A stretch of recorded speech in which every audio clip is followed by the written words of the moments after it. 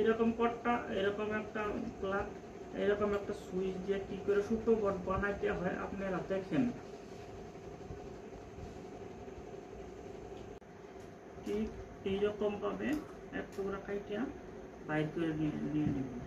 এরকম ভাবে মানে এই বস্তুটা ঢোকার জন্য, এই বস্তুটা ভিতরে ঢোকার জন্য এরকম করে কাইটা ভাই ঠিক এরকম ভাবে তারগুলো লাগাই নেবেন। দেখে নেন ভালো করে, এরকম করে লাগাই দেবেন। তারপরে এরকম করে ছোট করে এরকম করে লাগায় এরকম করে নোকরাটা মাইরা দিবেন। লাগানোর পরে এটা সুইচ দিয়ে দিলাম। সুইচ দিয়ে দেওয়ার পরে এই দেখেন চার্জ হইতেছে, দেখছেন? এখন অফ করে দিব। এখনকার চার্জটা গেল গা।